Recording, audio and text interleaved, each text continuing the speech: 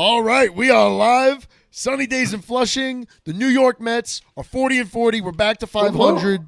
Started. Oh, this fan is killing me, but I can't not have it on because I'm dying. You don't hear the fan in the background, right? No, I don't hear the fan, but it is hot. You definitely need sun. I Oh, don't it's have hot anything as going, but balls. It's hot as balls. I'll tell you what's not hot though are those Yankee bats mustering up 9 runs in the past 2 days. The Mets, if you've been under a rock, the Mets have swept the New York Yankees. And before we even get into some notes, before we get into what happened, I really got to say the Bronx pulled a little bit of a Flushing move. Monday, I think it was, signing J.D. Davis yeah.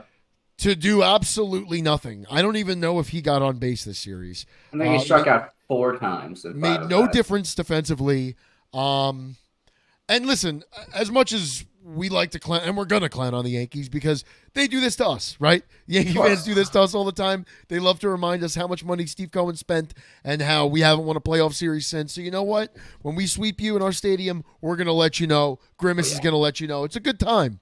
But in all seriousness, I mean, you signed a guy in J.D. Davis who just got cut by the fucking Oakland Athletics. Yeah, they actually traded for him because I guess he maybe cleared waivers or something.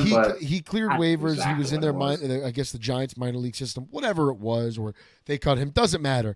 Fact of the matter is he's at the bottom of the barrel at the Oakland A's, gets cut by them. The Yankees sign him thinking I guess that there was going to I'll be honest with you. I was more scared of Tomas Nido when we played the Cubs than I was of J.D. Davis doing anything in this series. He effectively came off the couch to come play for them in the Subway Series. And J.D. was a solid Met. I have no ill will toward him. I really enjoyed watching him.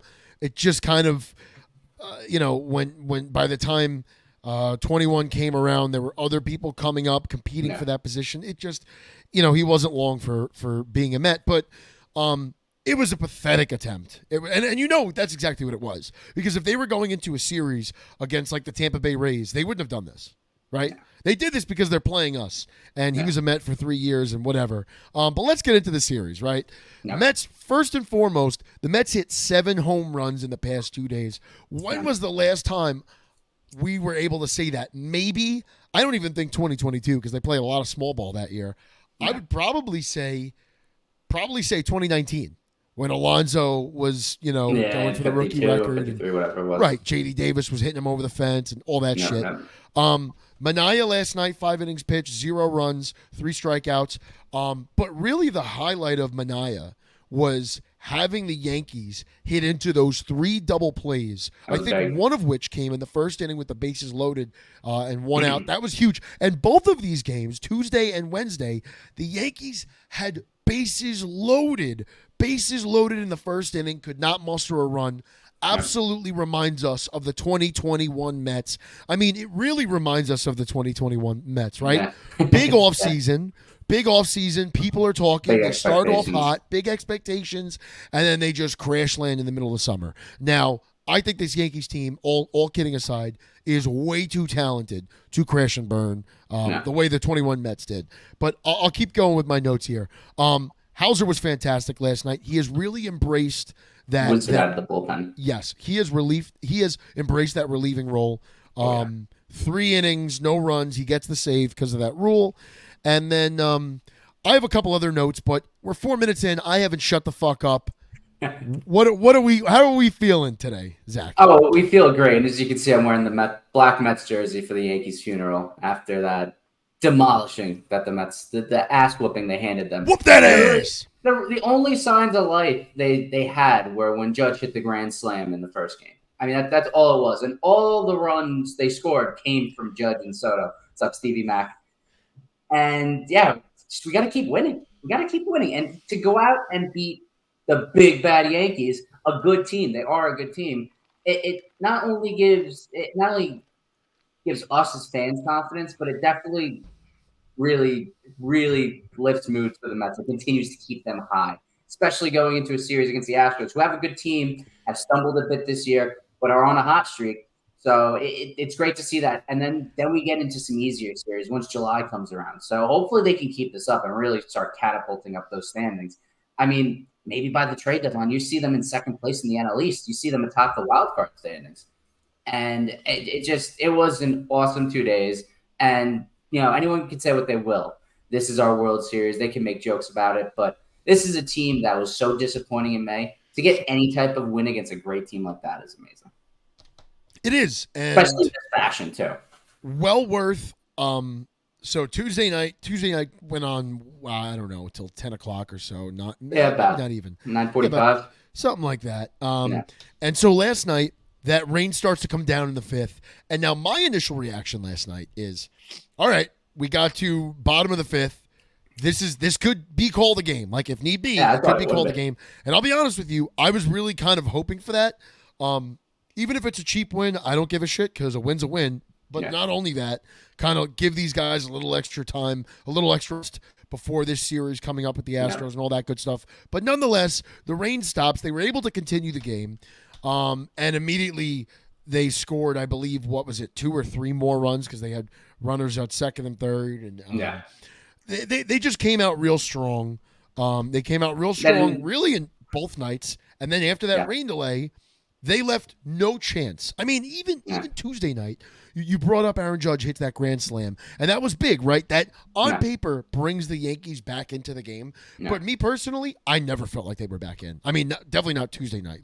I know it got close, but it got a little close for comfort. But I was just more pissed that they allowed them to do that. I wasn't upset. I didn't think that was going to be, oh shit, the momentum's shifting. It was just a home run and Reed Garrett.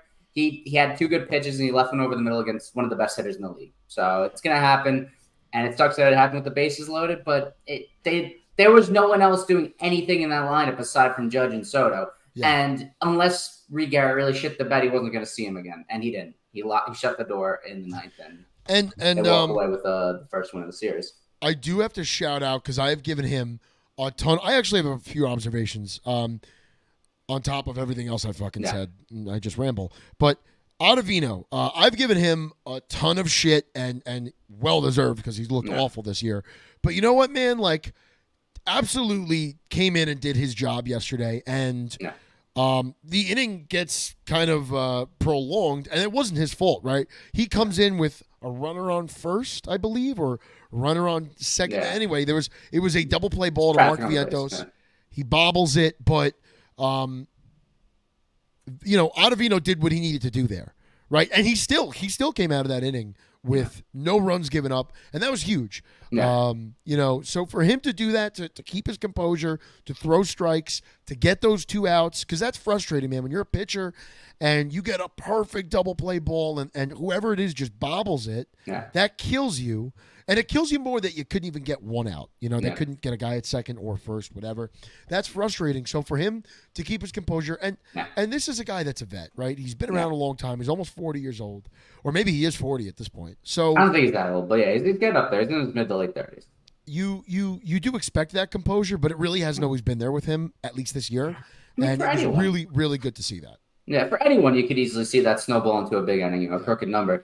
And to not have that happen was great. And just the whole series, I even said this before the series started when we went live on Monday, that the big thing for the Mets was to get into those starting pitchers, get into that bullpen, get through them, work counts. That's what they did. They made Garrett Cole throw a lot of pitches, and he had some mistakes. Mark Vientos hit 2 home runs in the first game.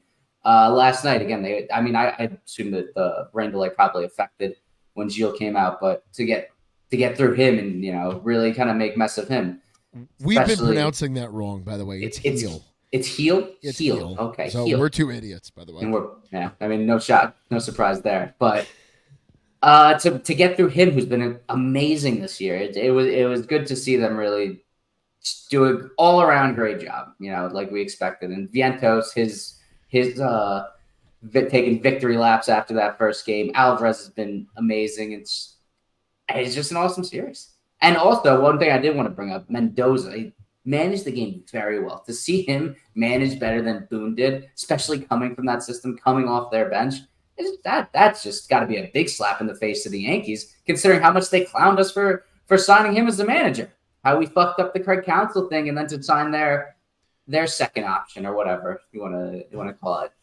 Right. I mean, what he did with the bullpen, and he left no room for error. You know, he had a quick hook on Ottavino in the first game, and he did a good job of letting Hauser go 3 innings last night, and just really using these guys knowing they had a day off, and a stretch of 11 games coming up without a day off.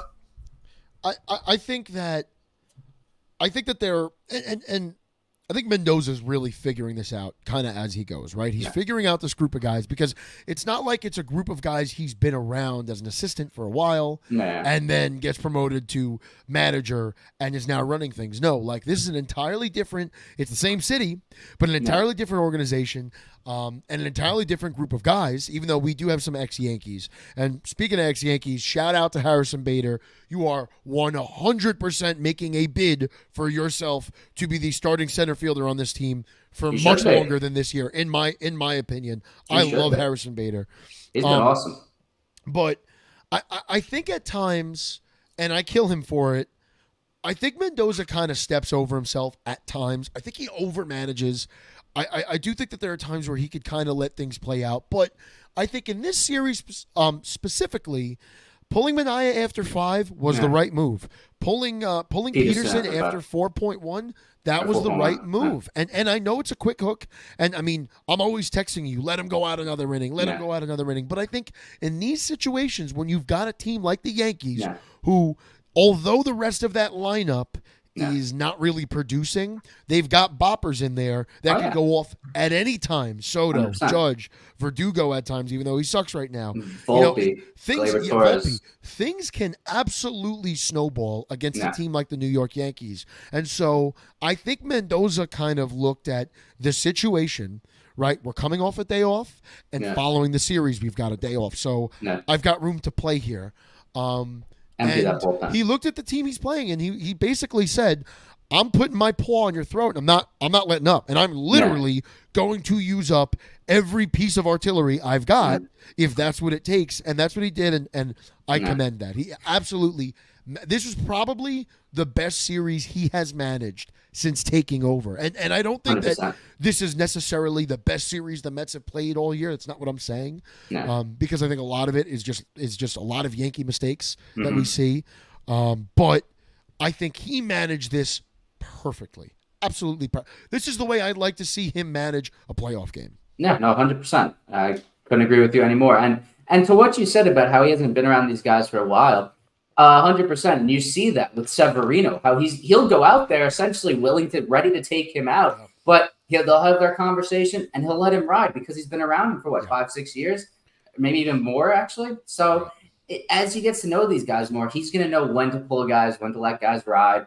And he's learning that it is his first managerial job. He wasn't a manager down in the minor leagues, and he was a bench coach for years. Or he might have been a manager down in the minor leagues, but regardless, he's new. He's new to the job, and he's going to continue to get better and better. And maybe it's a blessing in disguise, that we didn't get Counsell, because look at what the Cubs have been doing. The Cubs haven't been amazing, and it shows that the Milwaukee Brewers, how well they've been. It wasn't Counsell, it was all Stearns, because that team is fucking killing it. Clearly, they lose Counsell and Stearns. The only one that's going to leave a lasting impression is Stearns. And guess who has Stearns? A lot of times we overrate what a manager does, and I'm not one of those guys, because there's a lot of there's a lot of baseball fans out there that will tell you the manager doesn't matter anymore. Like, it literally doesn't matter. I could manage a team and they can win a World Series. No, you can't. The manager would only affect about 10 to 20 games a year. I'll be honest with you. I think a manager can't really win you a game, but a manager can absolutely lose you games. Yeah. And it's similar to the way we looked at Buck Showalter. And it's also funny because, as fans, we're only, we could listen to WFAN, which I wouldn't always recommend. And we could watch SNY and Yes and ESPN. Like, you could read all these articles, but at the end of the day, you don't really have a good feel of what a locker room is like, what the clubhouse is like. You really don't know that. The only guys that know are the players. And I would even stretch to say maybe some of the beat reporters. But the point is that, when things are going well, we're going to look and, what a great job this manager's doing. The tale of the 2022 Mets and the 23 Mets, right? How quickly Buck Showalter rose up, he fell twice as fast. And so, a manager absolutely makes a difference. It's not everything, but it makes a difference. And going back to the original point, Mendoza pulled every string, did everything right this series. I can't complain one bit. It was great. I've killed Lindor at times here. I've killed Vientos at times here, and I really could not be happier to be wrong about. I mean, I had a feeling I knew Lindor could, right? Like we've seen Lindor do it before. You knew Lindor by the end of the season, and the stats are going to back up what did. But it's nice to see just as a fan base, because I've backed him from day one. I've lost no faith in him, as you know, as everyone else knows that we talked to about this. It's nice to see it be as consistent as it has been. His start was awful, but from like April 14th on, he has been every bit as advertised. If it wasn't for that, like, it wasn't just a slow or bad start. It was an awful start. It got him so far behind the eight ball in terms of stats, at least, he's just starting to get to where you kind of want him to be now in terms of his stats. But it's been a consistency from mid-April to now, which is, I think, what everyone wants, what everyone has wanted for so long. Someone that I do have to kill at this point on here, and I love him, right? I've got his jersey. He's been my favorite since he walked onto the field, essentially. But Pete Alonso. So I'm wearing right now. He's been a whole lot of nothing for most of this year. He's been a disaster, and it's not just the striking out, because you're going to get that with power hitters, and I'll accept that. But what I can't accept is this constant hitting into double plays, and he did it again last night. I thankfully got saved because Alvarez comes up right after him and hits a 2-run shot. But I'm at a point with Alonso where you got to keep him in the lineup, right? You have to, his name, what he's done, and you hope that he'll turn around. Have a better replacement. But what you don't have to do is keep throwing him out there batting fourth every night or third. You really don't, because he's become a liability, right? We've seen Lindor go from batting second, third to first, and how that's really absolutely helped him out. It's helped out his approach. It's helped out everything he's done. I think right now, Alonso is a liability at the plate for this team, and other people need to be given that spot. If it's Francisco Alvarez, if it's Mark Vientos, if it's at this point, I could make an argument that Harrison Bader would be better off hitting fourth than Pete Alonso. I mean, Pete's doing nothing good for this team right now. I mean, defensively he's whatever, but offensively, it's not even just the strikeouts. It's you're not getting hits and you're grounding into double plays. You cannot have that batting fourth. No, he's been a big disappointment. He hasn't been bad this year. It's just been disappointing. You want more out of your cleanup hitter, your premier power hitter, your best hitter in the lineup, supposedly. And he's just not doing what we thought he would. I thought he was going to have an MVP type season, especially going into this being a walk year, a contract year. He just isn't doing that. And you know me, I'm not going to agree with you on moving him up and down the lineup. But I get what you're saying, to the point of there are guys that deserve that spot. Mark Vientos or Francisco Alvarez very easily could be batting fourth right now, and I would have no problem with it. They're not going to do it. I don't think they should do it, but I will 100% agree with you with the fact that Alvarez and Vientos have been playing much better than him in terms of at the plate, and honestly probably deserve it more. Whether it's going to happen or not, probably not. I mean, I wouldn't say probably not, because if this regime has shown us anything, and we say it every episode, there's no loyalty to anybody. And they're not scared to make changes. They're not scared to move guys around. And, it wouldn't surprise me. I don't think we'll see it too soon. But, Alonso's like, forget just playing for the Mets next year. Like, do you? What kind of contract is it that you're looking? What is going through your head? And to me, it's got to be all mental with him. Like, there's no way at 30, 31 years old he lost his strength. There's no way. There's no way he lost his ability to make contact and bullshit. I think it's all in his head, and it's probably this contract. It's probably talking to Boris, and who knows? Who knows what's going on with him mentally? I hope everything's all right. But at this point, I would label him as a liability at the plate. I mean, it's not good. Not when you're batting fourth. You could go ahead and do that batting eighth. No. You can't do that batting fourth in this lineup. You cannot be. You can't be a problem. No. No, you can't. And he's making a case. He's making a case and proving a lot of people right that said that they shouldn't sign him long term. And I couldn't find anything to disagree with them about that, because honestly, as of right now, sitting here on June 26th, 27th, what is he going to do for this team? If he's going to be, I don't want to say that. Every bit of me hates it. Saying that almost feels like taking this off and putting on a Yankee hat. Like that's genuinely what it feels like, saying I don't want Pete Alonso here. But at the same rate, like what you're showing us is last year, I chalked it up for like the guy was hurt. The guy came back and he still had an insane home run pace. I mean, he came back too soon after breaking a bone or bruising a bone in his hand. I mean, you could easily chalk it up to that. This year, there's been none of that. He's just he's not the same player he was last year. He's not the same player he was in 2019. And that is a testament to how good this team is, right? Because since Alonso has come to the Mets in 2019, I forgot what the stat was. I want to say he's accounted for like 19 or like 17% of their run production. I thought it was more, to be honest, but that's still an insane amount, right? That one guy over the past 5 years was almost 20% of your runs. Yeah. But it's crazy to see that they've gone on this run essentially without Alonso. No.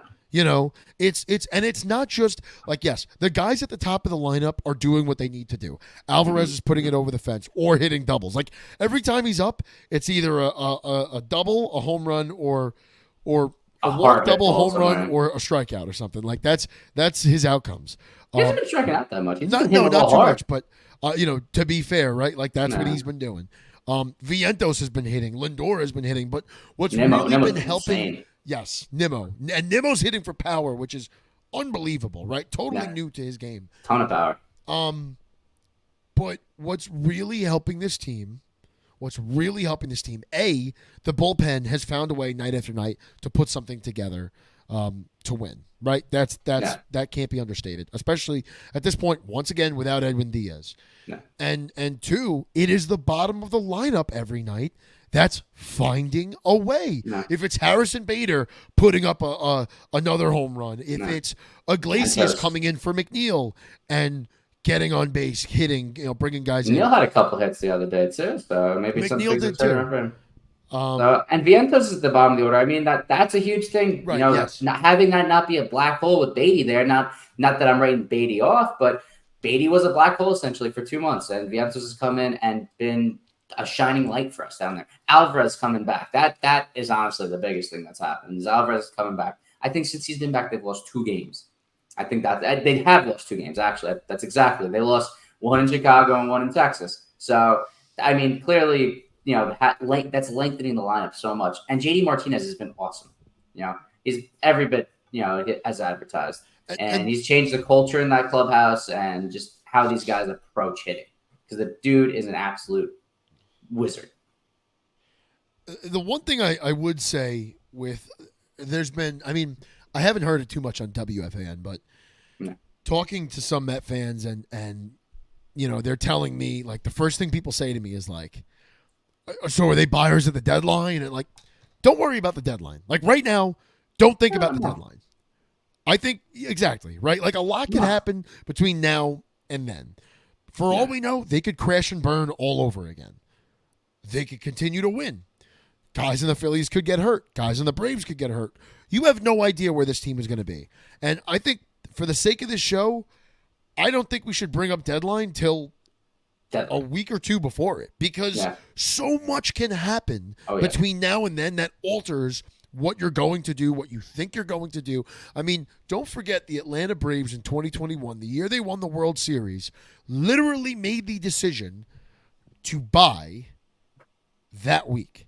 They literally management the front office told the coaching staff, we're going to make this decision at the end of the week. Like if we come out of this week whatever it was, above 500 or at this point, and they literally made the decision based off like 3-4 games to buy and they happened to win a World Series after that.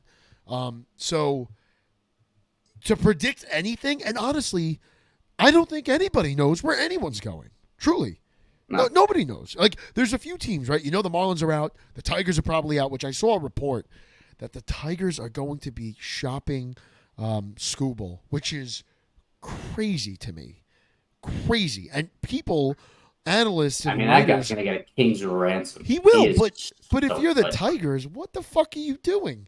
At what point are you going to build something? Weren't they decent last year, too? Weren't they hovering around 500? This also isn't a Tigers podcast, right? Yeah. You want Detroit sports, wait for the fall. We'll be talking Lions every night. But we can't even think about the deadline right now. No, we got a lot to do. There's a lot of ground to be made up. I mean, we're still a game and a half out of a wild card spot. I'm not saying that we are going to win the division, but we still got a ton of baseball to play.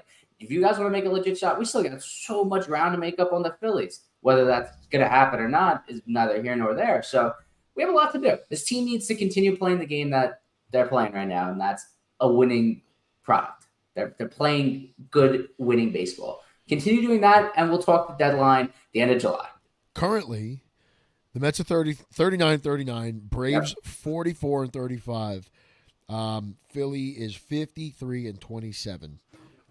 The Mets are 13 games back of the NL East. Yeah. So a lot of ground to make up. It's a tremendous amount of ground. I mean, it's not impossible, right? We saw the Braves do it to us in 21. We saw them do it to us in 22. So it's not impossible. But that being said, I really think, you want to be realistic this year. No. You look at the wild card. And like you said, you're 1.5 out. No. You're 1.5 out, so you're right there. It's a wait and see game. Right now, the Mets, all they need to do is focus on what's next. And what's next for them is the Astros tomorrow night. Go out there. And that's an Apple TV game, by the way. Like, oh, they're really? You're fucking kidding. Whatever. Apple TV game. Regardless, it sucks, but whatever. Regardless, tomorrow night's what matters. And then what matters after that is Saturday day, actually. Take it game by game, series by series. And then All-Star break, start talking about it then. And we'll figure it out. So, with Scott potentially coming back Monday, that's the way it looks? That's what Mendoza said. Mendoza had said that Scott is on the table for the Monday game. Now, there's no one slated yet. I think officially it would be Peterson that would be slated. I think he would be in line if they go on regular rest. I also who's supposed to go Sunday? I'm sorry. Sunday is Sevy. So we have Quintana going Friday tomorrow night. Tyler McGill going Saturday, and Sevy Sunday. Honestly, I thought maybe that they were going to swap Tyler McGill and Sevy. Peterson There's still right a now possibility. For Monday. On the score app, Peterson is listed as the pitcher.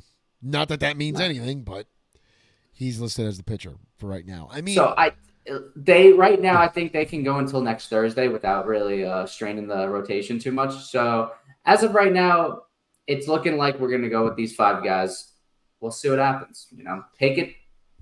Tomorrow is what matters right now. Quintana going out there and pitching a solid. I think you got to. I mean, if you kind of try to read the tea leaves a little bit here. Yeah. I think it's kind of a battle. So at some point, Senga's got to come back, right? A month from now, 2 months from now. There's some news about that. Oh, so there was some news about that, actually. I saw that if everything goes well with some bullpen sessions, they can expect him on a rehab assignment soon. I think by the end of this week that was brought up. So assuming that, you figure probably a good 6 weeks until he's fully ready. So trade deadline. I actually tweeted this out, and if he is able to come back around that time, whether it's end of July, early August, where it's going to act like a sort of pseudo trade deadline move where we're going to be getting a guy that's going to kick out one of these pitchers, whether it's Peterson, McGill, or Quintana, or even Manaea for that matter, and take a spot in that rotation and really bolster what we have already. Well, it does bring us back to that question, and I feel like you and me are on the same page of this. I don't think that they'll do it, even though it makes sense. Once Senga's back, do they go to that 6-man rotation that they have talked about in the past every spring training? Will they do that? Probably not. But We got time. We got time for that. We'll see what happens. I mean, one, I don't know how comfortable they are with McGill and Peterson. Me personally, I'm more comfortable with Peterson. Peterson And McGill. yeah, and two, are Quintana and Minaya going to be here? I mean, there's already reported that they're going to that older veteran pitchers that are going to be available this trade deadline, whether the Mets are winning or not. Whether they're in it or not. So this. Not to get back to the trade deadline, get ahead of ourselves, but regardless, we're going to be selling something. I don't think it's going to be a straight buy. I think it's going to be a buy and sell kind of situation. I think those two could be gone with a Scott and Budo coming up to replace them because they're both going to be better than Minaya and Quintana right now. I mean, neither of them have been lighting up the scorecards. Neither have been amazing. Quintana's been very disappointing, and Minaya's been okay at best. He's been average. Right. So. Right. Going out and getting Senga, having him come back, and replacing those two guys, I think would be a big get for the Mets. Right, and then you've got Scott and Budo will inevitably exactly, and then Budo. So, I mean, you're looking down the stretch at a nice improvement in that rotation. Yeah. But that was kind of my question to you. Like, do we see two men out, and slowly Scott and Senga work themselves back into this rotation? I think that's inevitable. It's just a matter of when. Yeah, and I think it could be an option going back for a 6-man. We could see that happen, but we'll cross that bridge when we get there. Yeah. I've gone through all of my notes. I mean, let's jump into this Astro series. We have Quintana going tomorrow night. The Mets are riding hot as hell. The Astros have been playing pretty well themselves too. They need to continue. 7-game win streak. Yeah, 7-game win streak. So something's got to give.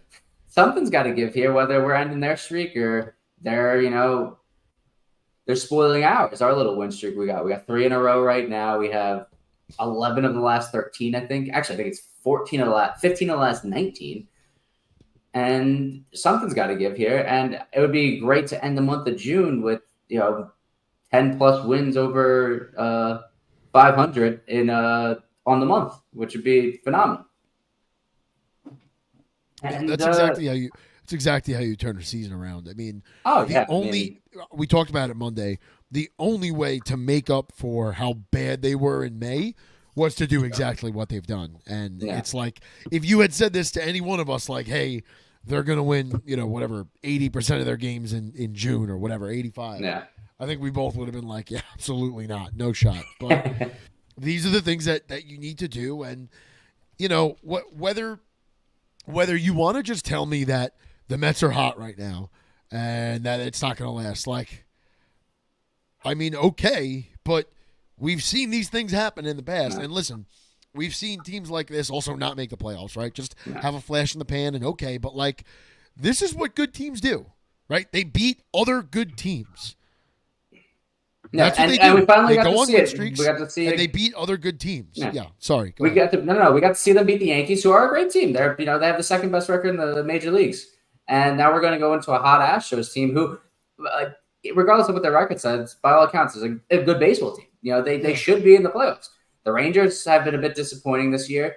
The Cubs, again, they're an average team at best. And who do we play before that? The Diamondbacks, again, another average team. So to go out there and beat all those teams, it was like more or less not expected, but it doesn't have you jumping for joy. But then to go out there and beat the Yankees like this, it's turned a lot of Mets fans and made this more legit, for lack of a better term. Made people believe like this is not just a hot streak. This isn't just a hot June. This is who they are. They are a good baseball team. It's given even the most difficult critics like. Kind of like, well, they're winning. Like, what can I say? They're winning. I may not think it's going to last, but they're winning, right? It's shut up Sal Licata. It's shut up Brandon Tierney. It's gotten Evan Roberts a little out of his crying whatever he went through Tuesday night when Bridges got traded to the Knicks. So it is definitely like it has brought a lot of pause to the naysayers, and the optimists are. And listen, this to me, like where they are at 500, if you told me in March that on, the week before 4th of July, they'll be 500, I would have been like, yeah, that makes sense. Now, if you told me a month ago that they would be 500, I would have been like, probably fucking not, because they suck right now. But this is what they were, right? I believed that they were, I think we believed they were a team that was going to hover around 500 for a lot of the year and either be an 88-win team and get themselves in that way, or be a 77-win team and look ahead to next year by mid-August. And right now they're trending in the direction of and the Mets' destiny is absolutely every bit in their hands. Will they win the division? Probably not. Probably not. Like the Phillies have way too much talent. They've won a hell of a lot. The Phillies could probably play 500 ball from here on out, and the Mets still wouldn't be able to win the division. But what have the past few years of the playoffs kind of shown us? Right, the year the Phillies went 22 when they went to the World Series, they were a wild card team. Right, Diamondbacks last year. Wild card team. Were the Rangers a wild card team too last year? I think they were. I thought they won the division. I don't know. Remember. I think the Astros did win their division. You're right. The Rangers were a wild card team. So it's like, and ladies and gentlemen, this is not me on June 27th telling you the Mets are going to the World Series. But the point is that you just have to get to the dance. Does it help winning if you your division and all that? No, but you want to. You want to. You want that home field advantage. Exactly. You want that time off for these guys to, rest up and whatnot. Rest up. Yes, absolutely. But it's not the end all be all. And the team's hot right now. Keep riding hot. We're running into a brick wall of the Astros right now. A team that's been good. Get through them. And for any more critics out there that think this is a fluke and it's just a hot June, I mean, you go out there and you beat the Astros while not having an amazing record. I think will help continue to shut up a lot of critics. Right. Yeah. Listen, it's what they said in that team meeting. Like everyone's doubting us right now. No. So why don't we just go out and have fun? Which is like a kind of a weird thing to say, but it's worked. The Jose Iglesias. I'm having fun. We're all having fun, right? Like Jose Iglesias' song has worked. Grimace has worked. Grimace. Anything that you want to point to, go ahead and point to it. Yeah. Met fans should be enjoying this. I mean, it's for starting the way that they started, having two really low points in a season and still not be dead, still be 500 a week from the 4th of July. I would say life is pretty good in Mets land. Yeah, 100%. And life's good. And honestly, this is our last test, I'd say, until the gauntlet we face at the end of July. If we can get through this Astros team and win another series, you could easily see this game, somewhere between 5 to 10 games over 500 by the end of July. You really could. I mean, after the series, we go down to Washington for 4 games. I mean, I think it would be a disappointment if we don't win 3 games there. And then we go into Pittsburgh for 4 more games. And again, disappointment if we're not winning 3 games. Yes, it's a lot to ask, but it's also, when you're playing this well, how can you not expect that? Then you have Washington, Colorado at home right before the All-Star break. And again, 2 more series that are so winnable and a disappointment if you don't. So this team has an easier schedule in July. I'm pretty sure that their schedule for the remainder of the year is fairly easy, aside from some tough tasks here and there. And I mean, Chase even said it in the chat: 7 with the Nats, 4 with the Pirates. You gotta close the door here. There's no more discussion of, are you just one of these middling teams? No. You go out there, you beat the Astros, and then you go and stomp down on these Nats, Pirates, and Rockies. And don't be last year's Reds or Marlins that just kind of shit down their leg, midway through. Which I don't think that they will be. Like the Mets are typically either half, right? Like as good as all of their good years, they're kind of one or the other. They're either a really good first half team and they shit the bed the second half, or they're kind of shaky the first half and the second half they light it up. That's kind of looks like what this season has really been for them. I just had a good point. Tomorrow. Tomorrow is Apple TV, like we said. Our old friend Wayne Randazzo is. He's calling the game. He is calling games. So he is the current Angels play-by-play guy. Yep. For their TV booth. No. but I guess he also got the gig with Apple TV. So, yes, if you have Apple TV, definitely give Wayne a listen. He was a real nice guy to us that time we met him a few years ago in the park. Yeah, that's right. In 2021. 2021, yeah, right after COVID. But if you don't, it is a great day to sit out in the backyard. It is a great night tomorrow. Sit out in the backyard, plug a radio in or put on your Odyssey app and listen to the great Howie Rose call this game. Howie's getting older. How he's taking some time off. He's had some health concerns. I know. I listened to the. He's not calling games right now for the Mets. No, but he's been taking some time off. When I came home from Pennsylvania on away games. That's what away games he's not doing. That's why you haven't. So that's what I was about to say. No. He's had some health issues, and so because of that, he goes to like Philly and then like Atlanta. Close. He goes to the close games, but he's not really traveling that far anymore for whatever reason. No. Like I say, he's got some health issues. So for as much longer as we've got Howie Rose, every now and again, try to give him a listen because he's fantastic. He's the best in the business, in my opinion. In terms of baseball, I don't know of a lot of other radio guys that are better than him on a night in, night out basis. No. But similar to what we used to say when Jacob deGrom would pitch for us, like you better make it appointment television because you don't know how much longer you're going to have this. Same with Howie Rose. The guy's a godsend. He's getting older now. He's got some health issues. So if you have the chance, give Howie a listen. Friday, I always do that. Every Apple TV game, whether I'm doing something or not, I absolutely have the radio on because, there's only so many opportunities I get to really listen to the radio. No. And, you got to do it when you can. Just something of note. No. And Chase is telling us here in the chat, Harper and Schwarber both hurt tonight. Harper limped off. I never wish for. Never wish ill, but that could make closing that gap. Make closing that gap a little bit easier.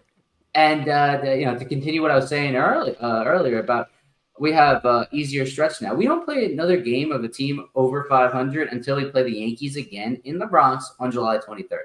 As of right now, the Astros are 500. Nationals, Pittsburgh, Colorado, and the Miami Marlins are all under 500. So we have essentially a month. We have,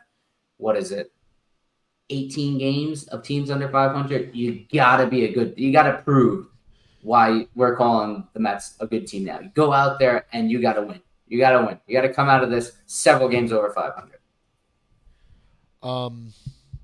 What was I going to say? I got nothing else. I had something I can't remember. We've got 32 viewers right now, so that's a high for Sunny Days in Flushing. Awesome. We appreciate that. Thank you to everyone who retweets and likes and clicks on the link and watches us. We appreciate this. That's why we put it on all the platforms, on Twitter, on YouTube, so you're able to see it anywhere, any which way you can. So thank you to our viewers. We've got a lot of loyal ones. Stevie Mack, Jerome Rivera is usually here. Chase. So thank you very much, guys. Zach, do you have anything else tonight? No, I got nothing else. Other than, if you see us on TV on Saturday, we will be at the Mets game. If you're there or you see us on TV, I'm sure it'll be a little bit idiotic, but, we're a good time. So if you see us, say hi, and that's about it. Let's go Mets. What section are you sitting in Sunday? 510. 510. So you're going down just for the Sunday game? No, we're going Saturday, dude. Yeah, aren't you going down to DC? Oh, DC. Yeah. Oh, yeah. I'm going down to DC's July 4th. I'll be at the 4th of July game. So if anyone's in DC, come say hi. Where are we Saturday? We're in 511. 511, 510. Yeah. So we'll be over there if anyone's in the area, got tickets to the game.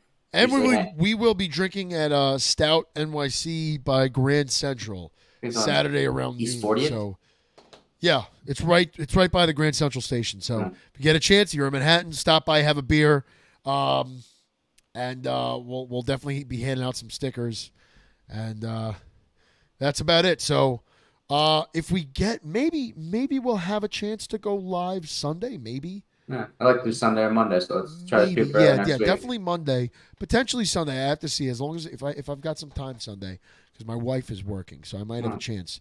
But anyways, thank you all for tuning in. We appreciate the support. Like, retweet, subscribe. We are on YouTube. What YouTube channel is Sunny Days Media 516. Sunny Days Media 516. Our Twitter handles are above our fat heads, and we will see you guys either Sunday or next week. Stay tuned to the social media. Yep.